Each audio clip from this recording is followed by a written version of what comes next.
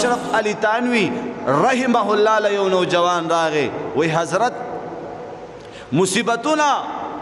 او مصائب او مشکلات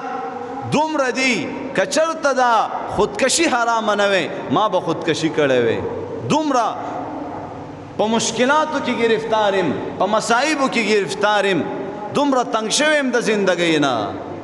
زما محترم اشرف علی تانوی رحمه الله ورته فرمای اے نوجوانا دا مشکلات دا پریشانی دا غریبی دا سبد خبره نه ده دا مصیبتونه سبد کار نه دی کدا چرته بد خبره وي بد کار وي الله پاک به دا مصیبتونه دا مشکلات په حضرات انبیاء علیه الصلاۃ والسلام باندې نه راوستل چې د ځمکې په سر باندې الله ته خو خلق انبیاء الله پاک دا مشکلات دا پریشانی په انبیاء باندې راوستي دي نو چې په ما او تا باندې راوستلې نو ما او تا ورته پریشان یو دا د پریشانی خبره نه ده دا د خفګان خبره نه ده زما محترمو حدیث کی محمد رسول اللہ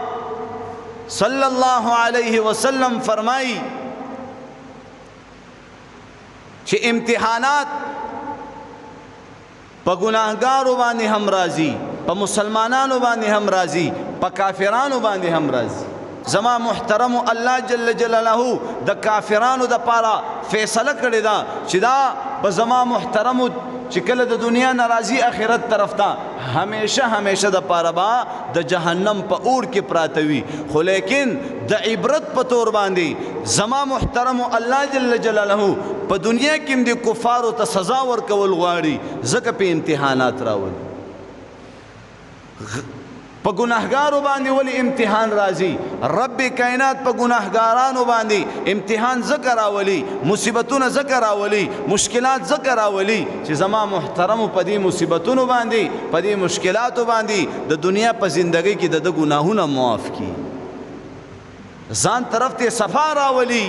د قبر عذابونه تنه لري کی د قیامت په هغه سخت ورځ باندې د مدد کی نصرت یو کی چې دا الله طرف ترازی او صفا راشي نو په دې ګناهګارانو باندې الله زکه امتحانات او مصیبتونه او تکلیفونه راوړي چې دا مصیبتونه تکلیفونه چې کله په مؤمنانو باندې راځي کی او دا په مؤمنانو باندې ولې راځي دا خو شپه ورځ د الله په عبادتونو پرهیزګاری کی زندگی تیری په دې امتحان ولې راځي دا زکه اللہ جل جلالہ دا مومنان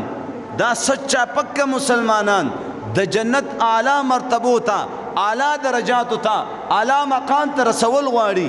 لیکن دا عبادت پا وجہ دی آغا مرتبی تا نشی رسیدے اللہ پہ امتحان او مصیبتون او تکلیفون پا دنیا کی ذکر آولی چی دی آغا مقام تا ورو رسی بعضی بندگان دا اللہ خوخ بندگان مومنان چی کل دا قبرون نرا پاسی دیر وقت با پراتی کنا زمانگ دا دی محلی نا سمر خلق لاړه سمر نوجوانان لاړه سمر زنان لاړی سمر سپینگیری لاړه چې ما سره په اول صف کې منځ کولو هغه سمر وختونه وشو کال یو نیم کال خو به شوي وي ته هفتې پورې ته اوده او خوب کوه 2 ورځې پورې ته اوده او خوب کوه نو چې انسان ناپاسي نو په هغه خوب باندې ستړی شوي ستوماني وباسي چې کله وای دا مړی راپاسي او ستوماني وباسي دا مؤمنان مسلمانان په دې ستوماني په دې لاسونو کې به الله د وزر صفت پیدا کی او پاوا بشي وابل وزي او په هوا کې روان وي وزر به وحیدا سي حدیث کی محمد رسول الله فرمای روان بوي دیبا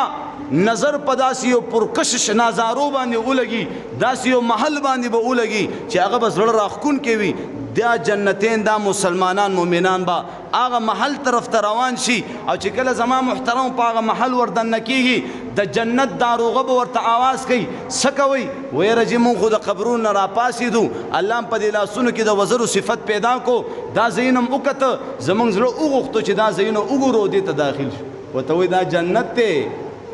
دا جنت تے او بغیر دا ٹکٹ جنت تا سنگ داخلی گئی عمل نامہ خایا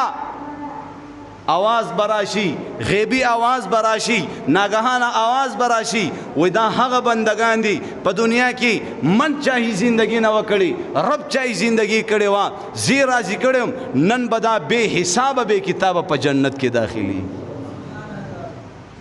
فوراً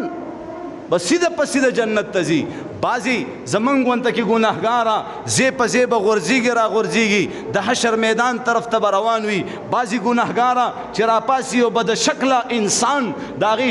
سر ته به ولاړ وي، ورته وایي هل تعرفوني، ودې پېژندم زه څوک یم؟ ورته وایي لا ادري، نه پوهېږم ته څوک یې، خو دومره مې وپېژندې د بدصورتۍ در باندې ختمه ده، مرداره بدبو ده نه روانه ده، ما باندې په قبر کې لږه سخته وه، ستا په کتلو سره زما سخته نورم زیاته شوله، ته یې څوک؟ اب ورته وایي زه ستا بد اعمال یم، په دنیا کې ته په ما سور وي، اوس به زه په تا در سورېږم. الله دې زموږ حفاظت وکړي. زمونږ واز او نصیحت دی نوجوانانو ته دی، دې زنانو ته دی، شپه ورځ په خواهشاتو کې مبتلا، شپه ورځ